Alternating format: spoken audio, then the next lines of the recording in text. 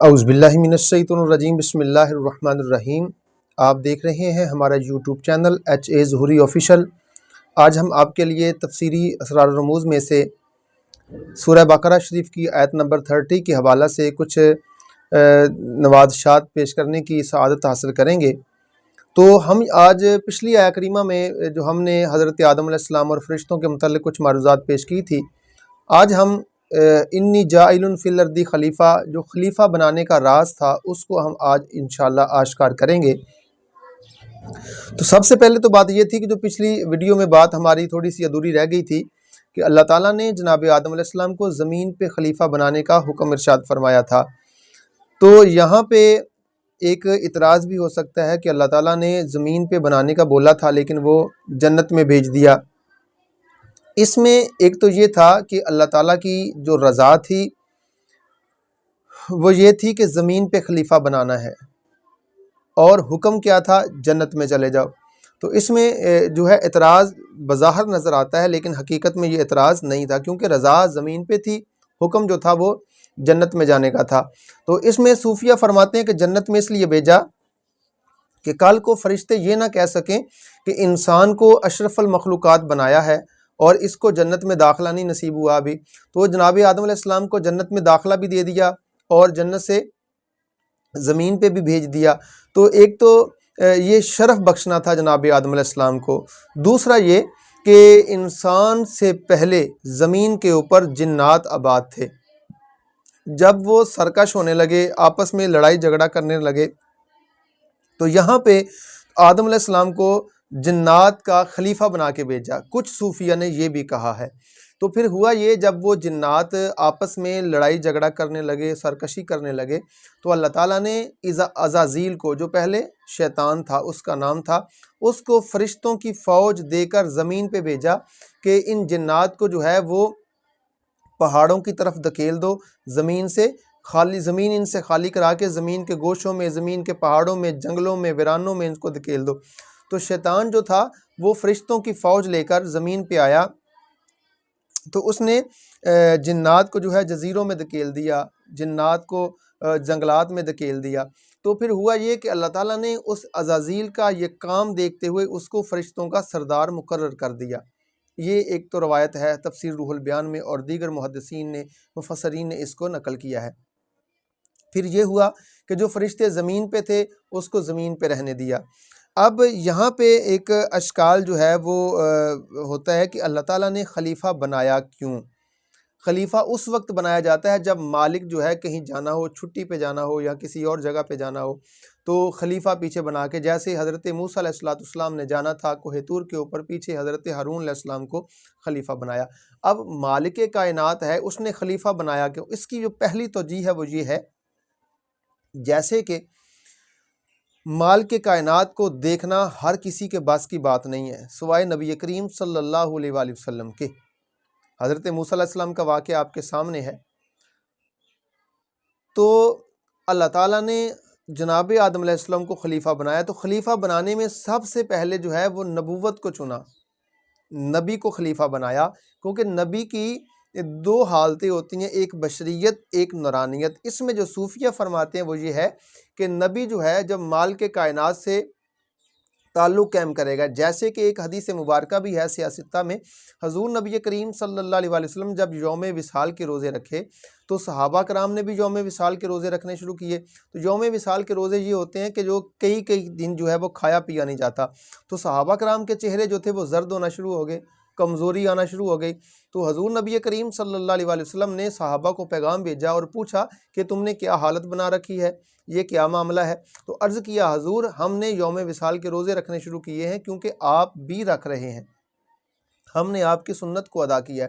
تو حضور نبی کریم صلی اللہ علیہ وآلہ وسلم نے ارشاد فرمایا ایکم مثلی، تم میں میری مثل کون ہے؟ اب یہاں سے یہ بھی پتہ چلا کہ وہاں پہ حضرت سیدنا ابوبکر صدیق، عمر فاروق اعظم، عثمان غنی، حضرت علی المرتضیٰ، طلحہ زبیر، دیگر جلیل القدر صحابہ بیٹھے ہوئے تھے۔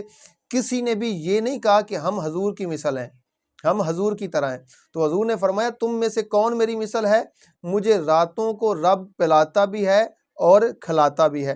تو پتہ یہ چلا کہ نبی کریم صلی اللہ علیہ وسلم جو یہ ارشاد فرما رہے ہیں، نبوت کی دو جہتیں ہوتی ہیں، ایک نورانیت، ایک بشریت۔ اللہ نے فرمایا کوئی بھی مخلوق ڈائریکٹ مجھ سے نہیں لے سکتی، جو نبوت ہوگی وہ میرا خلیفہ ہوگی، اور جب خلیفہ وہ ہوگی نبوت تو وہ نور بن کے مجھ سے لیتے جائیں گے اور بشر بن کے آگے وہ ہے وہ عطا کرتے جائیں گے۔ ایک تو یہ توجیہ تھی۔ دوسرا یہ کہ ہر بندے کو بھی خلیفہ نہیں بنایا، اللہ تعالیٰ نے ہر بندے کو خلیفہ نہیں بنایا، کیونکہ خلیفہ کے لیے کچھ اہلیت کا ہونا بھی ضروری ہے، جو اہل ہوگا وہی خلیفہ ہوگا۔ تو خلافت کے لیے نبوت کو چنا۔ پھر حضور نبی کریم صلی اللہ علیہ وسلم نے ارشاد فرمایا انا خاتم النبیین لا نبی بعدی، میں آخری نبی ہوں، میرے بعد کوئی نبی نہیں ہوگا۔ تو پھر یہ منصب جو تھا وہ پھر حضور نبی کریم صلی اللہ علیہ وسلم نے آگے ولایت میں منتقل فرمایا۔ تو اس کا مطلب یہ بھی ہے کہ رب جس کو چنتا ہے خلافت کا راز اسے دیتا ہے، کیونکہ یہ ایک منصب ہے۔ اور دوسرا منصب یہ ہے، دوسری توجیہ یہ ہے کہ مالک تو رب ہے، اس نے اپنا خلیفہ جناب آدم علیہ السلام کو قرار دیا ہے، نبوت کو قرار دیا ہے۔ تو یہاں پہ اگر آج ہم دیکھیں تو خلافت جو ہوتی ہے وہ بھی کچھ نہ کچھ اختیار رکھتی ہے۔ حضرت آدم علیہ السلام کو مالک نے کچھ اختیارات دیے ہوں گے نا، اختیارات ملیں گے تو پھر آگے کام چلے گا۔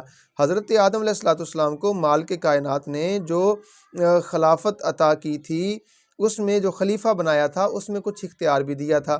اور اس سے یہ بات بھی اخذ کی جا سکتی ہے کہ حاکم جو ہوتا ہے خلیفہ اس کے ماتحت ہوتا ہے۔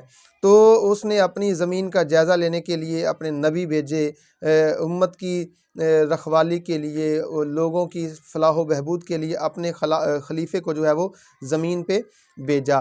تو یہاں پہ ایک اور بات جو ہے ہمیں نظر آتی ہے سامنے، کہ سب سے پہلی بات تو یہ ہے کہ انسان کو اللہ تعالیٰ نے جو ہے وہ خلافت کی ذمہ داری جو ادا کی ہے، ادائیگی کی ہے خلافت کی، تو اس کو علم کون سا دیا ہے؟ علم آدم الاسماء، وہ جو علم دیا تھا وہ علم کون سا تھا؟ تو جسے آدم علیہ السلام کو عطا کیا گیا وہ علم کون سا تھا؟ حالانکہ فرشتے بھی وہاں پہ تھے، جناب آدم علیہ السلام بھی وہاں پہ تھے، دونوں وہاں پہ تھے، لیکن جو علم دیا گیا وہ دونوں میں سے کون سا تھا؟ تو یہاں پہ اگر دیکھا جائے تو ان کے لیے کوئی علیحدہ انتظام نہیں تھا۔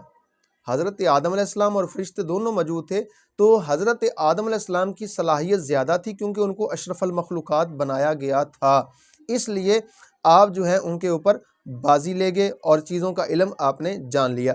لیکن سوال وہیں پہ ہے کہ علم تھا کیا؟ علم تھا کیا؟ سب سے پہلا سوال یہ۔ تو علم کی دو جہتیں ہیں، ایک جہت جو ہے اس کا تعلق انسان کی ذات اور اس کے اندرونی احساسات سے ہے، اور علم کی دوسری جہت جو ہے اس کا تعلق جو ہے انسان کی ضروریات، اس کے متعلقات سے ہے۔ جہاں تک علم کی پہلی جہت کا تعلق ہے تو ہم دیکھتے ہیں کہ انسان کو اللہ تعالیٰ نے خیر و شر کے لیے، اچھے برے کے لیے جو ہے وہ امتیاز بخشا ہوا ہے۔ تو یہاں سے ہم جو پہلا دیکھ سکتے ہیں وہ یہ ہے کہ انسان کو اللہ تعالیٰ نے ہر اچھی بری چیز کے لیے جو پیدا فرمایا ہے، انسان جانچ لے، پرکھ لے کہ انسان کو اللہ تعالیٰ نے جو علم عطا فرمایا ہے اس میں اچھی بری چیز کا انسان کو علم ہو جائے۔ اس میں یہ ہے کہ امام غزالی فرماتے ہیں کہ اللہ تعالیٰ نے 3 طرح کی مخلوقات کو پیدا فرمایا ہے۔ نمبر 1 فرشتوں کو پیدا کیا ہے، نمبر 2 انسان کو پیدا کیا ہے، نمبر 3 اللہ تعالیٰ نے حیوانات کو پیدا کیا ہے۔ تو یہاں پہ اگر ہم دیکھیں تو ہمیں یہ اندازہ ہوتا ہے کہ اللہ تعالیٰ نے فرشتوں کو عقل عطا فرمائی ہے اور انسان کو عقل اور شہوت دونوں عطا فرمائی ہیں، جبکہ حیوانات کو شہوت عطا فرمائی ہے۔ اگر دیکھا جائے امام غزالی فرماتے ہیں اگر انسان کی عقل انسان کی شہوت کے اوپر جو ہے اگر وہ غالب آ جائے تو پھر انسان فرشتوں سے افضل ہو جاتا ہے۔ اگر انسان کی عقل کے اوپر شہوت جو ہے وہ بھاری آ جائے تو پھر جو ہے انسان حیوانات سے بدتر ہوتا ہے۔ تو اللہ تعالیٰ نے امتیاز دینے کے لیے، شعور دینے کے لیے انسان کو پہلا علم اس لیے عطا فرمایا تاکہ انسان اپنی خواہشات کو دیکھ سکے، اپنے معاملات کو دیکھ سکے، کیونکہ اگر انسان تھوڑا سا شعور، غور و فکر کر کے جو ہے کام لے تو بڑی آسانی سے حق اور باطل کو سمجھ سکتا ہے، اپنے جذبات کو دیکھ سکتا ہے۔ اور دوسرا علم جس کی انسان کو ضرورت ہے، اس کا تعلق بھی انسان کی ضروریات سے ہے، اور اللہ کی ان مخلوقات کے ساتھ جن کے ساتھ انسان کو واسطہ پڑتا ہے، اس کائنات کے ساتھ جس کے ساتھ انسان جو رہتا ہے، انسان جس کا مکین ہے۔ پھر اس علم کی بھی دو شاخیں ہیں، ایک کا